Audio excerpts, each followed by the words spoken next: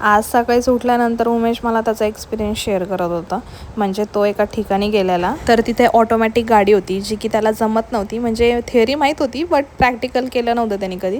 तर तेच मला एक्सपिरियन्स तो माझ्यासोबत शेअर करत होता की मी कसं स्टार्ट केली, काय केलं, मग ह्याला विचारलं त्याला विचारलं, असं सगळं सांगत होता. माझं पण आवरून वगैरे झालेलं. त्यानंतर इकडे डमरूची आंघोळ चालली होती आणि मग आज बनवायचं होतं चिकनचं कालवण. तर माझं इकडं चाललं होतं मसाला वाटायचं काम. मग डमरूची पण आंघोळ झाली, कपडे वगैरे घातले मम्मीनी त्याला आणि मग माझ्या जवळ आल्या त्याला डान्स करून दाखवत होते मी.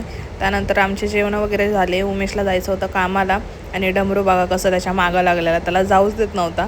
मग आम्ही पण गेलेलो लिफ्टपर्यंत आणि मग परत त्याला घेऊन आले मी. आणि आज मम्मीचा उपवास होता तर मम्मीने बनवलेली साबुदाण्याची खिचडी, मग ती पण मी खाल्ली. त्यानंतर मी माझ्या चॅनलसाठी एक व्हिडिओ बनवत होते तर त्याच्यासाठी मी मेकअप करत होते. तर डमरू बघा मला कसा त्रास देत होता. सगळं झाल्यानंतर डमरूला झोपी घातलेलं कारण की तो झोपतच नव्हता. बघा कसा झोपलाय ढुंगीवर करून. 8 वाजता उठला परत आणि मग खूपच क्रँकी झालेला, रडत होता. तर मी म्हटलं चल तुला आज मी खाली थोडा खेळला आणि पडला. मग लगेच मी वरती घेऊन आले. तर असा होता दिवस. भेटू उद्याच्या ब्लॉगमध्ये. काळजी घ्या. बाय.